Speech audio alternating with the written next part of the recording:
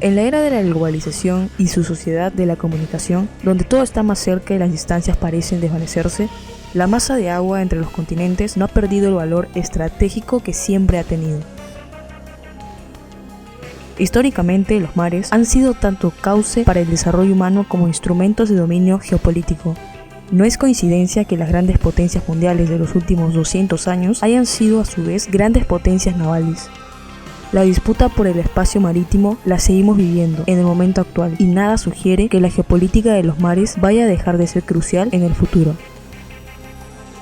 A través de una embarcación se puede enviar prácticamente cualquier tipo de carga de un continente a otro, transportarla desde una nación hasta otra, o llevarla a un destino dentro de un mismo país, recorriendo las aguas de su litoral. Por su capacidad, es el medio de transporte empleado con mayor frecuencia en el tráfico internacional de mercancías. Más del 80% del comercio mundial es transportado por vía marítima, mientras que en el Perú, entre el 80 y 90% de las exportaciones salen por el mar. Mientras que, según la Dirección General Marítima, DIMAR, asegura que el 90% del comercio en Colombia se mueve por vía marítima. En Chile, en la actualidad, el 96% de su comercio internacional se realiza por vía marítima. El transporte marítimo es el medio idóneo para transportar grandes volúmenes de mercancía entre puntos geográficamente distantes y sin posible conexión terrestre. No obstante, el transporte marítimo también tiene algunas desventajas que dificultan su utilización. Por ejemplo, posee problemas de accesibilidad, debido a que requiere de terminales de carga o puertos para sus actividades de carga y descarga, los cuales pueden estar lejos o cerca de los puntos de producción y consumo. Además, pese a sus bajos costos por volumen de carga, sus tiempos de tránsito son lentos por su baja velocidad en comparación con los servicios de transporte en tierra y aire. Este mayor tiempo de recorrido tiene un efecto negativo en los costos de posesión de inventarios en tránsito. Incluso algunos autores se atreven a decir que los países que no son potencias marítimas no son potencias hegemónicas.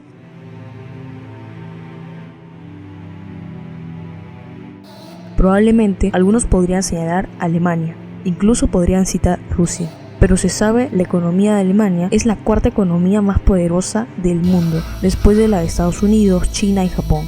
Y si te decimos playas de arena blanca con cálidas aguas color turquesa, seguro que Alemania no es el primer país que se te viene a la mente. Digamos que el mar Báltico y el mar del Norte no suenan tan atractivos como el Mediterráneo o el Adriático, y su mayor puerto es Hamburgo.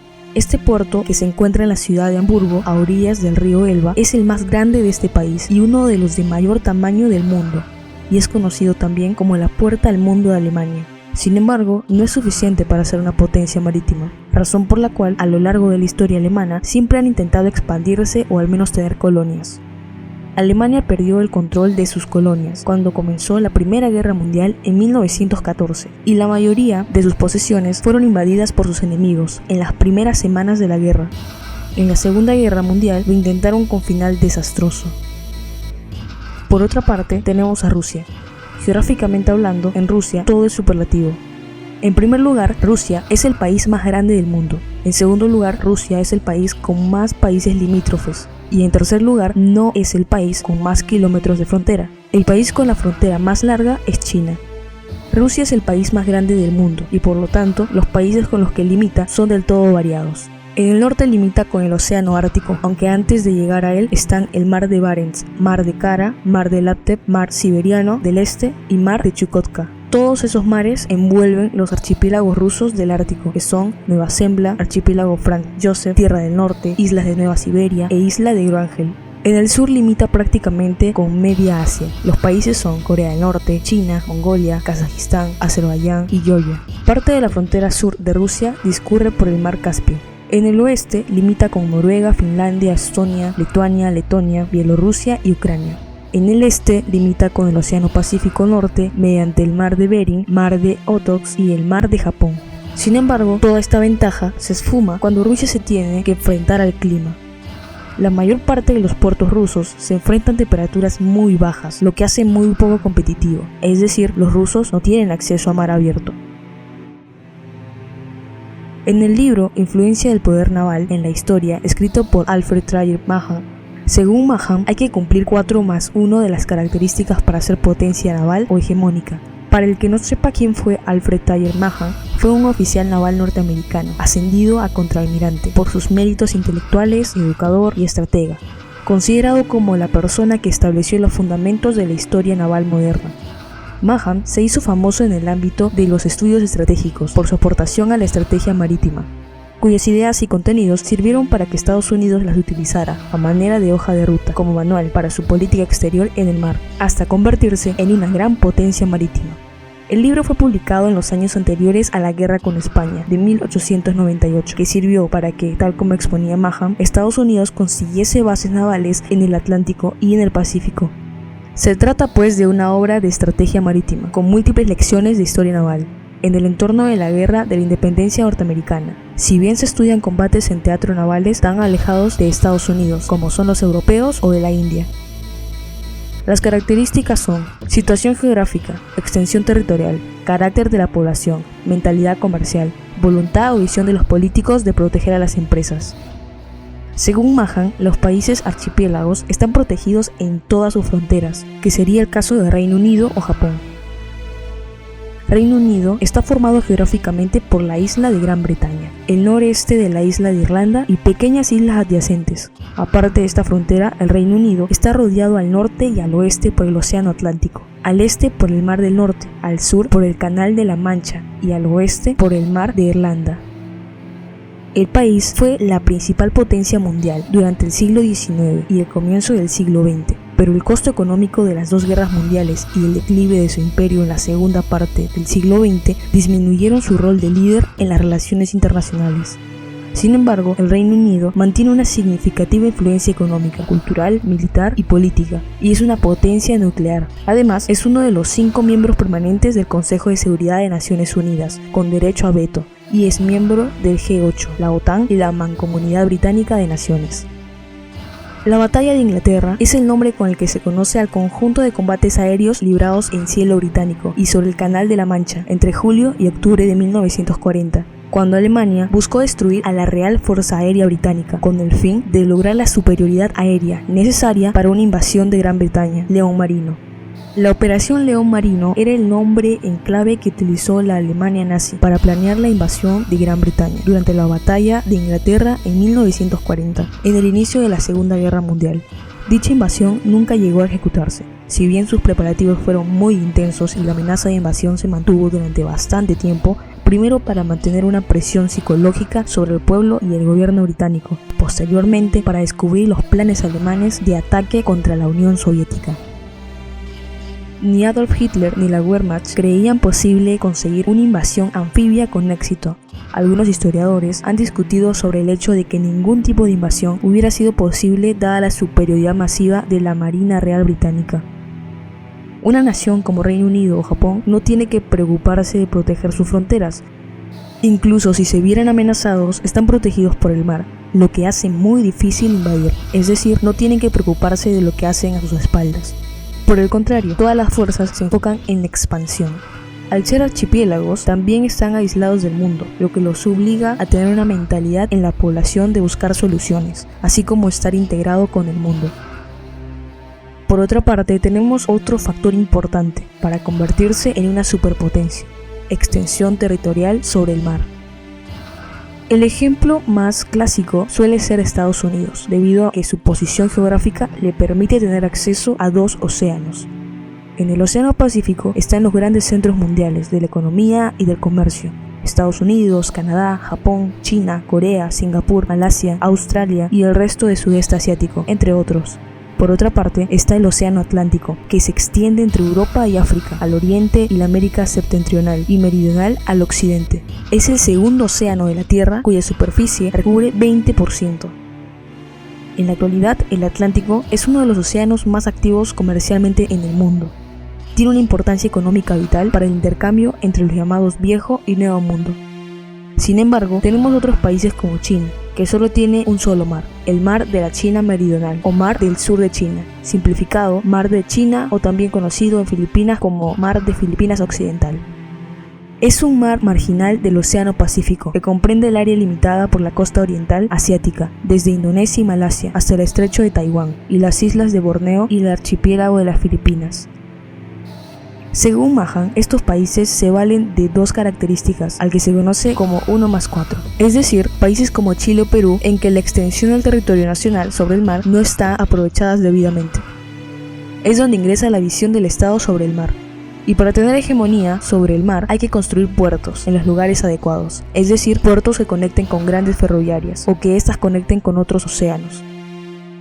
Un claro ejemplo sería el tren bioceánico, que uniría el puerto Santos, situado en Brasil, con el puerto de Ilo, en Perú, transportando más de 10 millones de toneladas de mercancías al año y a más de 6 millones de viajeros, que necesariamente tendría que pasar por puertos peruanos. Sin embargo, a comienzos de 2021 tenía noticias como la siguiente: proyecto de tren bioceánico está paralizado por desinterés del gobierno de Brasil, según el MTC. Según el entonces ministro de Transportes y Comunicaciones, Edmer Trujillo, sostuvo en un encuentro con la prensa extranjera que el presidente de Brasil, Jair Bolsonaro, está más interesado en su relación con el gobierno de Chile, dirigido por Sebastián Piñera, que con Bolivia y el Perú. Es decir, los políticos peruanos no tienen una visión hegemónica, lo mismo que pasa en Chile. Para que se haga una idea, los puertos más importantes del mundo están en China. China posee 7 de 10 puertos más importantes del mundo. Entre 10 puertos más importantes no están los de Estados Unidos, ni tampoco uno solo que sea europeo. El puerto de Shanghái ha sido el puerto con mayor actividad del mundo, desde que en 2010 destronó del primer puesto del ranking al puerto de Singapur. El puerto de Shenzhen es el tercer mayor puerto del mundo y el segundo mayor puerto de China. Los puertos de Zhoushan y Ningbo, anteriormente dos entidades separadas, se fusionaron en el 2006 para convertirse en el actual cuarto mayor puerto del mundo, el puerto de Ningbo-Zhoushan. El puerto de Guangzhou, que comercializa con más de 300 puertos y cuenta con 4.600 amarres, 133 boyas y 2.359 fondeaderos, cada uno de ellos de clase 1.000 toneladas, en su momento fue el inicio de la ruta de la seda. El puerto Qingdao es otro puerto chino, que tiene una conexión con más de 4.500 puertos de más de 130 países del mundo. Por eso, se trata del puerto más importante de Norteamérica de China. Y finalmente, tenemos el puerto Tianjin. Comercializa con más de 600 puertos del mundo y su muelle cuenta con 32 kilómetros de costa. Además, es el puerto más grande del norte de China y la puerta de entrada marítima principal de Pekín. También podría agregar el puerto de Hong Kong, que se trata de uno de los puertos del mundo más activos, tanto en el transporte de pasajeros como en la carga de mercancías. Tras varios años de crecimiento negativo, en 2019 volvió a superar los 20 millones de TEUs anuales.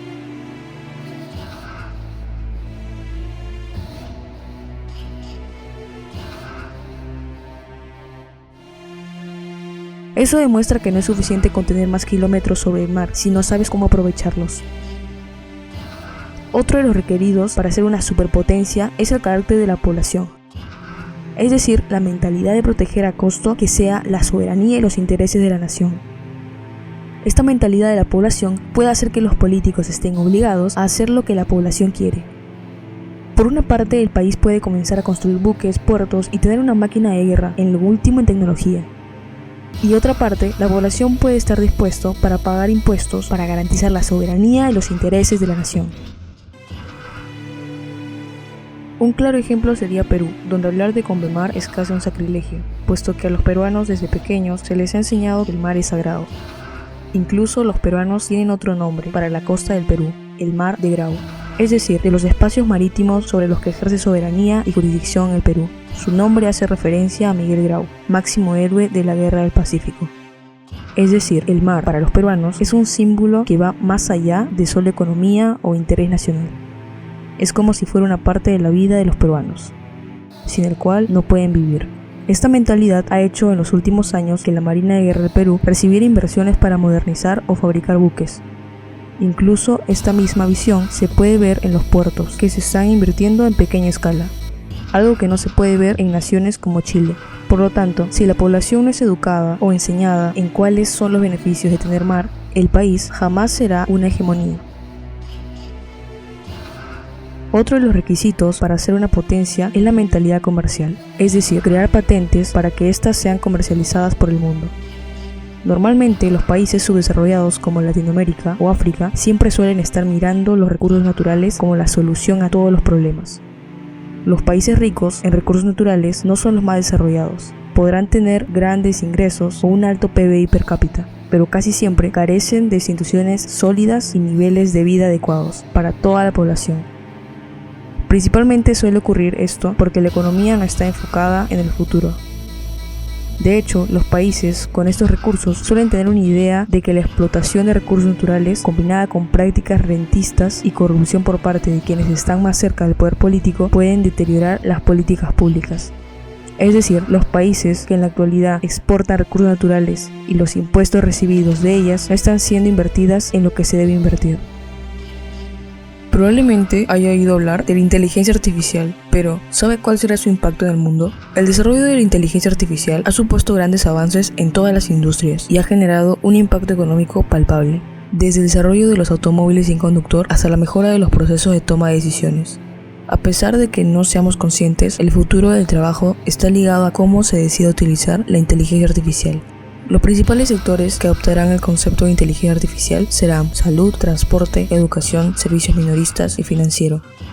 El problema en países como Latinoamérica o África es que no se ha invertido en la investigación de la inteligencia artificial. En nuestra región, Brasil ocupa el primer lugar en cuanto a implementación de inteligencia artificial por inversión realizada, recursos involucrados o diversidad de aplicaciones, y Argentina se encuentra en el siguiente peldaño, pese a contar con una economía 3 veces menor que la mexicana. A diferencia de otros mercados, en México, el verdadero reto para que incremente el uso de inteligencia artificial y se puedan ver sus beneficios está, en primer lugar, en superar el escepticismo de los equipos en cuanto a los resultados que se puedan ver a mediano y largo plazo. Y en segundo lugar, en detectar cuáles son las necesidades de las empresas en donde esta tecnología puede resolver problemáticas específicas. México tiene un enorme potencial para el desarrollo de la inteligencia artificial debido al tamaño de su mercado interno y la diversidad de las empresas en sectores industriales y de servicios donde aplicar creativamente esa tecnología. El reto está en formar el talento necesario para responder a la demanda y seguir impulsando una dinámica de innovación y transformación en nuestras empresas. País que no apueste por esa tecnología está condenado a la pobreza. Por lo tanto, por mucho que sean los puertos o una posición geográfica privilegiada, no significará nada, puesto que los peruanos y los buques en el futuro serán gestionados por una inteligencia artificial para reducir costos de la logística.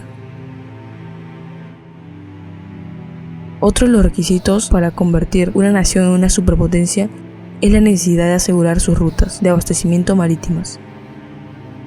Alrededor de la mitad de la producción mundial de petróleo se mueve por rutas marítimas. A lo largo de todas estas rutas existen los cuellos de botella. Estas zonas son críticas para la seguridad energética global debido al elevado volumen de petróleo y gas licuado comercializado a través de estos. Particularmente críticos para China, la Unión Europea, Japón o los países del sudeste asiático. Ya no lo es tanto para los Estados Unidos, que ha alcanzado su autosuficiencia energética gracias al fracking. Por ejemplo, China tiene una clara visión geopolítica del océano. El proyecto Centurión y la Ruta de Seda es el proyecto de desarrollo e integración económica global más importante de la historia moderna, por el alcance de sus objetivos, el número de países y las cuantiosas inversiones involucradas. El proyecto se divide en dos componentes, el terrestre, denominado el Centurión Económico de la Ruta de la Seda, y el marítimo, denominado la Ruta de la Seda Marítima del siglo XXI. El uso del nombre Centurión de la Perla y la Ruta de la Seda está relacionado con los componentes terrestre y marítimo, por cuanto los líderes chinos interpretan el primer componente como un centurión, en el cual no simplemente se pretende unir puntos equidistantes vía terrestre China-Europa, como inicialmente se entendía, sino más bien se trata de un proyecto de integración económica en donde todos los países involucrados tendrán un rol en las nuevas cadenas de valor globales que China liderará y que requerirá del desarrollo de todos estos espacios geográficos en materia de infraestructura, vialidad, industria, educación. Como hemos visto, para controlar el océano se requieren muchos componentes, que van desde lo económico, pasando por la posición geográfica, hasta los puertos claves, incluso la mentalidad de la población respecto al mar. Entonces, ¿qué han estado haciendo los chinos, la próxima superpotencia, para dominar los océanos? Por el momento China está construyendo a un ritmo impresionante la marina de guerra llamada a disputar a Estados Unidos el dominio del Pacífico. Aunque la superioridad tecnológica de Estados Unidos hoy por hoy está fuera de duda, China ya es el país con más buques de guerra operativos. Tienen los mayores astilleros del mundo, la determinación y unos planes de modernización militar muy concretos hasta el 2045, año fijado para convertirse en una potencia militar mundial. La República Popular bota en un año el mismo tonelaje de buques que toda la Marina del Reino Unido junta, alerta Greg Polling del Center for Strategic Studies de Washington, D.C. Usted probablemente se estará preguntando, ¿por qué China construye tantos buques? Todas las grandes potencias han sido navales, todo con el fin de garantizar las rutas comerciales y el abastecimiento de materias primas. Primero, porque se ve obligada a desarrollar una flota de portaaviones, la única manera de obtener protección aérea a distancia. Segundo, porque debe agenciarse y construir bases navales en países lejanos, susceptibles de aprovisionar y dar apoyo logístico a sus flotas. Tercero, porque pierde las ventajas que derivan del poder asimétrico, debiendo desembolsar ingentes cantidades económicas en competencia directa con Estados Unidos. Cuarto, porque se encontraría en inmensa desventaja frente a este último país, quien dispone de varias décadas de experiencia en el manejo de las complejidades logísticas de flotas oceánicas. Quinto, porque pasaría a hacerse víctima del armamento de poder asimétrico que ellos mismos crearon y que podría pasar a ser utilizado en su contra por países como India. Consideremos que China geográficamente no está en una posición privilegiada. China solo tiene el mar de China. El mar de la China Meridional es un espacio de relevancia fundamental para numerosos países de la región Asia-Pacífico. El tráfico de mercancías, así como su rico fondo marino, han generado una situación de disputa por su control en la que no cesan de aumentar las tensiones. Ante esto, se suele decir que China es un gigante con los pies de barro. Esta metáfora, utilizada en varias ocasiones, sirve para describir la situación en la que se encuentra China actualmente. Mientras que en los últimos años ha mostrado un ritmo acelerado de su crecimiento de PBI, su economía, basada en la exportación y en su potencial demográfico, se ha visto frenado, además de estar rodeado de potenciales enemigos. Por ende, China ha buscado la normalización de la presencia china en las islas, que ya ha tenido lugar debido al efecto de la habituación. Es seguida cada vez más por sus propias fuerzas de seguridad, por ejemplo, mediante el amenazante acercamiento a los barcos pesqueros japoneses. Con este último paso, China estaría queriendo tomar el control completo del área. Los expertos en seguridad de Japón no esperaban que esto sucediera hasta dentro de 1 o 2 décadas. Aunque esta práctica ha sido llevada a cabo por otros países como Taiwán, Filipinas o Vietnam, China fue todavía un poco más lejos al construir islas artificiales para luego asentar en ellas sus bases. El procedimiento es simple, pero no deja de sorprender. Barcos chinos navegan por encima de bancos de arena o arrecifes ligeramente sumergidos y descargan arena y rocas hasta que la superficie emerge por encima del nivel del mar. Aunque esta práctica es ilegal, China ya ha hecho uso de ella, al menos en 6 ocasiones. Los otros países que disputan la soberanía de estas aguas saben de la determinación del gigante asiático, por lo que buscan el apoyo de Estados Unidos, que no va a dejar nada al azar en este escenario crucial para el corto y mediano plazo de la agenda internacional. El mar de la China Meridional es uno de los espacios geopolíticos decisivos para Estados Unidos, en los que debe mantenerse fuerte si quiere conservar su estatus como potencia hegemónica, ya que las alianzas entre China y Rusia podrían seguir avanzando al tiempo que la primera continúa con el proyecto de la Ruta de la Seda. Todo esto revela un de facto fundamental de la estrategia de China en política exterior. Sus intentos de usar su creciente poderío militar para intimidar a sus vecinos atentan contra su propia seguridad a largo plazo. De hecho, en vez de buscar una relación mutuamente provechosa con el mayor de sus vecinos, China está tratando de tenerle un cerco mediante la afirmación del control militar de los territorios circundantes. Esta estrategia del collar de perlas es una amenaza directa a los intereses de la India en materia de seguridad y hace casi imposible mantener una relación bilateral sólida del tipo que beneficiaría a ambos países. Dicen que la historia no se repite, pero sí parece que imita el sol, siempre de este a oeste.